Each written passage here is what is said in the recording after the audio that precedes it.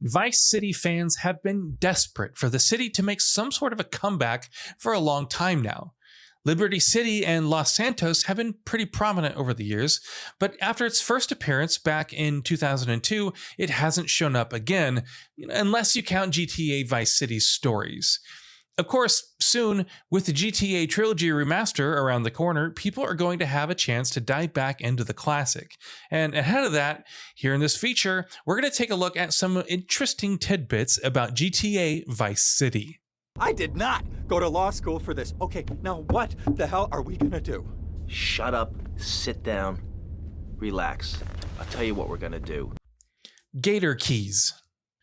There's always content that gets cut out of a game during development, but quite often, data miners end up finding traces of it in the game's files.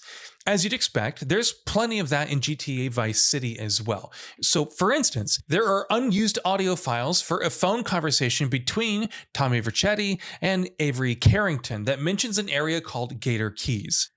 Interestingly enough, this area isn't in the final game, suggesting that it got shelved during the game's development. Map changes. Plenty of other changes were also made to the map in Vice City beyond the removal of GATOR Keys. Fort Baxter Air Base, for instance, was originally going to be an air traffic control tower, while several roads in the final game originally weren't going to be in there.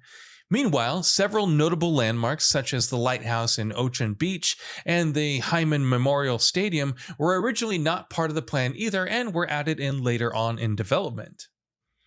MOFFAT.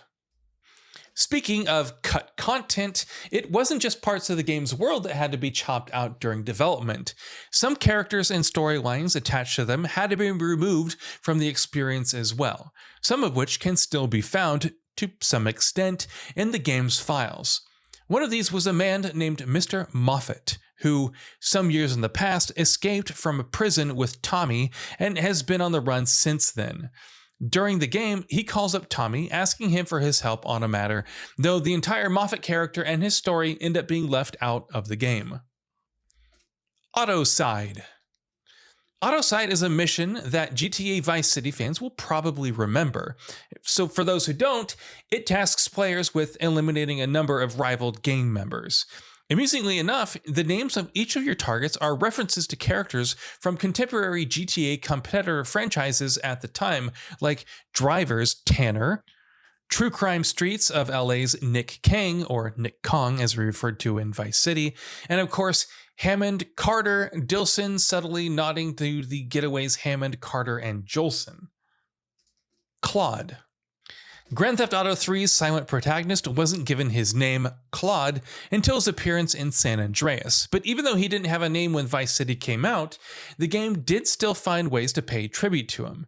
He didn't make an appearance himself, of course, which makes sense since Vice City is set 15 years before GTA 3, but Tommy Vercetti's room at the Ocean View Hotel does have a poster featuring CLAUDE. License plates.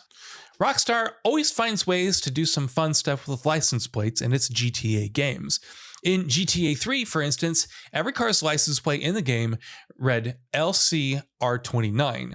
GTA Vice City has some similar stuff going on. All vehicles in the game have the same license plate reading VCR29. Ray Liotta.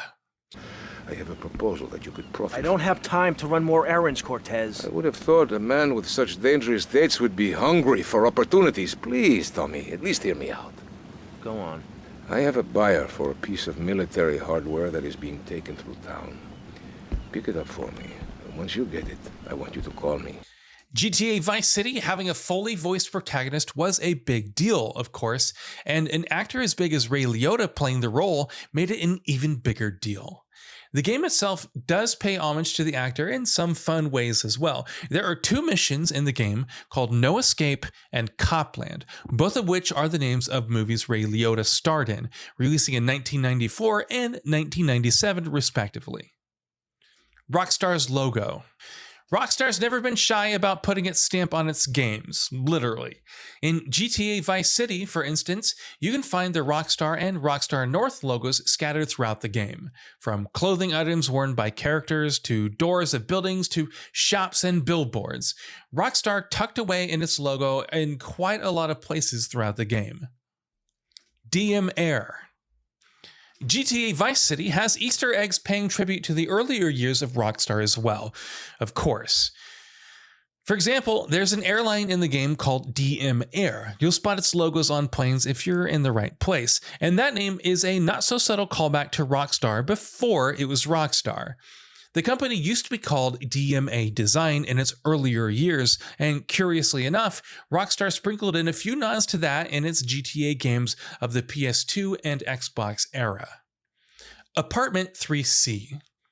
GTA Vice City doesn't hide its Scarface influence. In fact, it's pretty blatant about them, but it isn't satisfied with doing that overtly throughout the story. It's got plenty of fun little Easter eggs tucked away as well. One of these can be found in a building on Ocean Beach, more specifically, apartment. Head to the bathroom inside the apartment, and you'll find blood splattered on the walls and a chainsaw on the ground, which is a reference to the scene Scarface fans will remember all too well. Beach Ball. GTA Vice City, like all other GTA games, has plenty of mini-games to hunt down, but not all of them can be found easily. A couple of them are hidden. For instance, you can hit a beach ball in one of the pools on Starfish Island to begin a minigame where you must keep hitting it and keep it up in the air as long as possible. As soon as you trigger the minigame, a counter appears on the screen as well. AK-47. It might seem like focusing on a single weapon and its exclusion from a game is a bit too specific, but the AK-47 not being in GTA Vice City is actually a notable omission. Why? Well, because the rifle has been a usable weapon in every single 3D GTA game to date except Vice City, and yes, that includes Vice City Stories.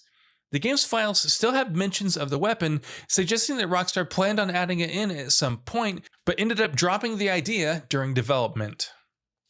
GTA Miami. This is one that many fans of the game will probably already know about. Originally, Rockstar's plan for the game was to make it as a direct sequel to GTA 3 and have it be set in actual Miami. Appropriately enough, they plan on calling it Grand Theft Auto Miami. Of course, plans change, and they instead came up with the Miami-inspired Vice City as its setting, and chose to set the game long before GTA 3 in the year 1986. And that brings us to the end of this video. A quick request before we conclude: we upload new videos every single day, and if you like what we're doing, please consider subscribing. It really helps us out. Also, don't forget to enable all your notifications by clicking the bell icon so that you can receive daily video updates. Thanks for watching.